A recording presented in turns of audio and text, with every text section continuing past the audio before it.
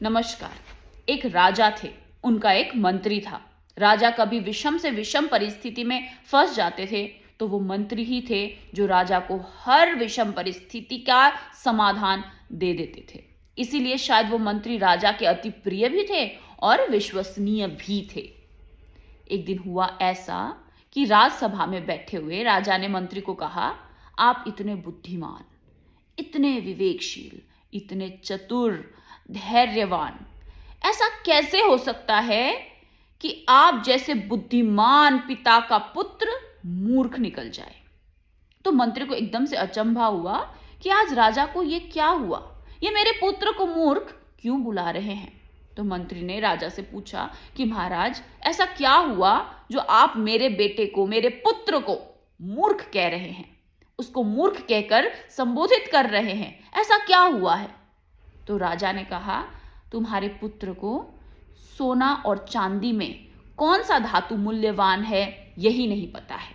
मैं हर बार कई सालों से उससे पूछता आ रहा हूं कि बता, सोना अधिक मूल्यवान धातु है या चांदी। तो वो हर बार मुझे रोज यही जवाब देता है कि महाराज, सोने से अधिक मूल्यवान धातु है चांदी। इसको सुनकर, इस बात को सुनकर बाकी सारे मंत्रीगण हंसने लग गए और उस मंत्री को दुख हुआ कि मेरा बेटा इतने छोटे से सवाल का सही जवाब क्यों नहीं दे पाया। तो उसने महाराज से आज्ञा ली, अनुमति लेकर वो अपने घर को वापस चल पड़ा। घर जाकर उसने अपने बेटे से पूछा कि बेटा बता, सोना और चांदी, इन दोनों धातु में से कौन सा अधिक मूल्यवान धातु है। तो बेटे ने कहा, पिताजी, चांदी से अधिक मूल्यवान सोना है, और ये तो सारे जगत को ही पता है। इतने छोटे से सवाल आज आप मुझसे क्यों पूछ रहे हैं। तो मंत्री ने कहा, बेटा, जब तुझे इस सवाल का सही जवाब पता है तो फिर तू राजा को इतने सालों से क्यों झूठ बोल रहा है, क्या कारण है। तो बेटा हंसा और उसने कहा, आइए पिताजी, दूसरे कमरे में चलते हैं। दूसरे कमरे में उसने 6-7 संदूक खोल दिया और सारे संदूक चांदी के सिक्के से भरा हुआ था।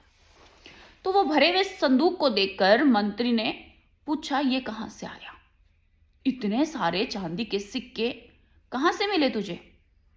तो बेटे ने कहा, पिताजी, कई साल पहले की बात है।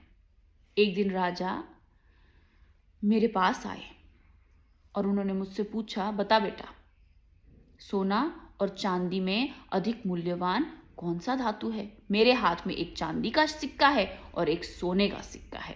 अगर तू सही जवाब देता है तो मैं तुझे इनमें से एक सिक्का दूंगा।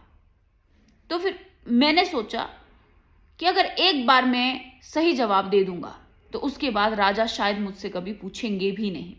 तो ठीक है, मैं चांदी का सिक्का बोल देता हूं। तो मैंने उनको कहा कि महाराज, चांदी का सिक्का अधिक मूल्यवान है। तो राजा मुझ पर हंसे और मुझे उन्होंने चांदी का सिक्का इनाम में दिया। उन्होंने मुझे नहीं कहा, मुझे नहीं बताया कि तू झूठ बोल रहा है या तू गलत बोल रहा है। उन्होंने मुझे सही करने का सोचा भी नहीं। उन्होंने यही कहा कि चल ठीक है करके वो हंसे, सबके सामने मेरा मजाक उड़ाया और वो मुझे चांदी का सिक्का दे गए। उसके बाद ये रोज चलता आया। वो रोज मुझसे पूछते थे, नए नए लोगों के साथ आते थे, मुझसे यही सवाल पूछते थे। मैं झूठ बोलता था और उनसे चांदी का सिक्का ले लेता था। और अगर मैं उस दिन उनको सच बोलता तो वो मुझसे कभी दोबारा ये सवाल ना पूछते और मेरे पास इतने सारे चांदी के सिक्के ना होते। तो मैंने सोचा, क्यों मुझे समझदार दिखाना है, मुझे काबिल क्यों दिखाना है। जब उनको मुझे मूर्ख दिखाकर इनाम देने में मजा आ रहा है तो फिर मैं भी खुद को काबिल दिखा के उस इनाम से दूर क्यों रहूं। तो फिर इसीलिए मैंने उनको झूठ कहा कि मैं नहीं जानता, या मैं जानता हूं कि चांदी अधिक मूल्यवान है, मैं नहीं जानता कि सोना अधिक मूल्यवान है। ये सुनकर मंत्री को हंसी आई। वो गए अपने राजा के पास। भरी सभा में जाकर उन्होंने ये सारी बात राजा को बता दी। राजा को अपने किए पर शर्म आई। उनको लगा कि मैं उसको उसी दिन कह देता कि बेटा, सोना मूल्यवान धातु है, लेकिन मैंने भी नहीं कहा और वो बच्चा मुझसे इतना अधिक तेज निकल गया। तो इस कहानी से तो मुझे यही समझ आती है कि हमें हर जगह जाकर अपनी काबिलियत दिखाना कोई ज़रूरी नहीं हैं। कई बार मूर्ख बनकर हम वो सारे काम कर सकते हैं जो हम खुद को काबिल दिखाकर नहीं कर सकते। जब तक, जहां तक खुद की समझदारी या काबिलियत दिखाने की जरूरत ना पड़े, तब तक दिखाने की जरूरत नहीं है। नमस्कार, आपका दिन शुभ रहे।